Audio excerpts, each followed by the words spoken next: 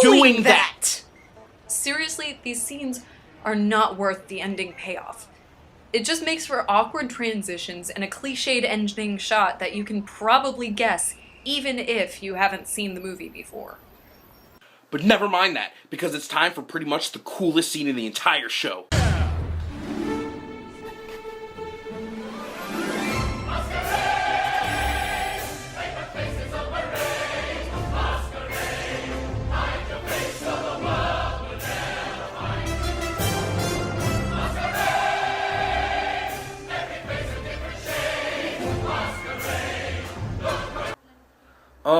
What is this?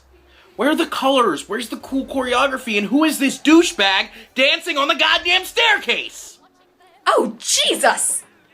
How did Madame Giry let her out of the house wearing that? I mean, this is the same woman who, at the beginning of the show, threatens one of the managers, her bosses, for so much as looking at her daughter. There is no way in hell she would approve that outfit. And what's this shit? They're not even singing. It's one thing to insert unnecessary dialogue scenes before your songs, and another thing entirely to just have them speak the lyrics. And as if this isn't jarring enough, any possible enchantment you could have with this scene is quickly ruined by spliced-in shots of the rowdy backstage crew getting drunk, sweaty, and raunchy. What's with these random gold guys? Are they performance artists? Did those exist back then? Are they the same people from the gropey hand hallway? Are they the Phantom's minions? They seem to only show up when he makes his entrance. Ugh, Jarek, that outfit. I admit that the mask is kind of a cool design, but the rest of that outfit is just not intimidating at all. Come to think of it, why are these people intimidated of him anyway? They've seen him before. They know he's nothing but a man. Are they scared because he has a sword? Are they scared because he messed up their monochrome color palette? What's going on here? Gotta go call the fashion police. You're on your own, sweetheart. I shall now steal this ring, only to give it back to you at a later, more dramatic time. And yet again, we get another pointless allusion to the book, which serves no purpose and does not further the plot in any way. But never mind that, time for exposition! Exposition that's pretty extremely different from the stage version. Here, Madame Giry and the Phantom are inferred to know each other a bit better than they do in the original. In fact, Giry is the one who shows him to the cellars and helps him hide from the world inside the opera house.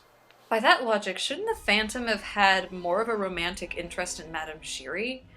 I mean, she's probably the first woman he's ever met that didn't try to throw something heavy at his head. They're inferred to be around the same age in this version.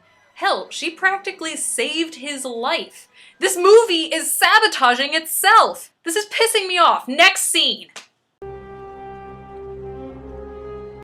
Oh god, I take it back.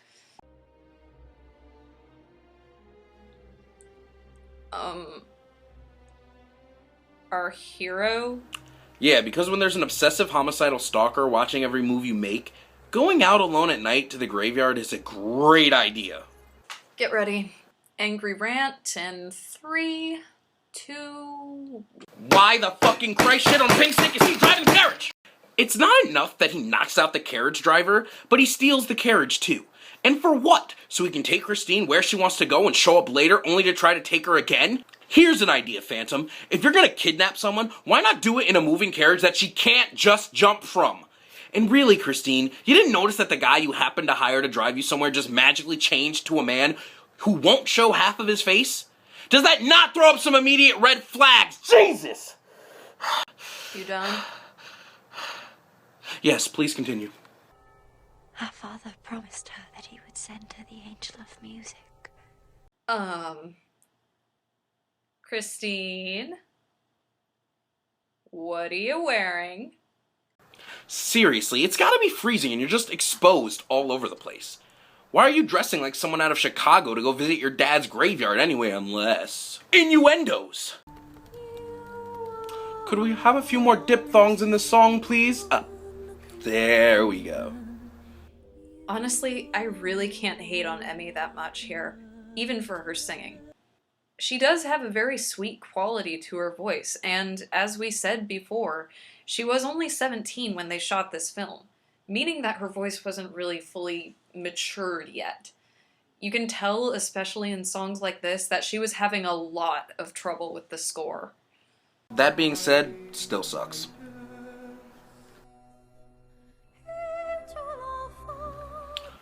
Christine, your dad is Ramin Karimlu. Seriously, how are you confusing this for your father?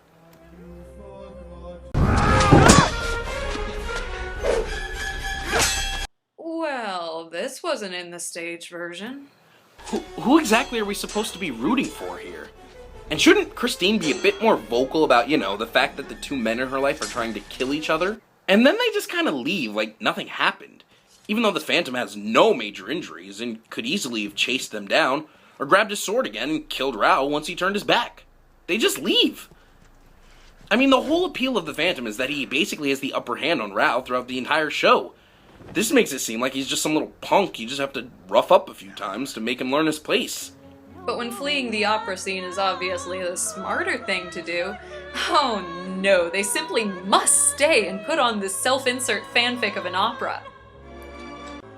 That mask covers even less of his deformity than the last one.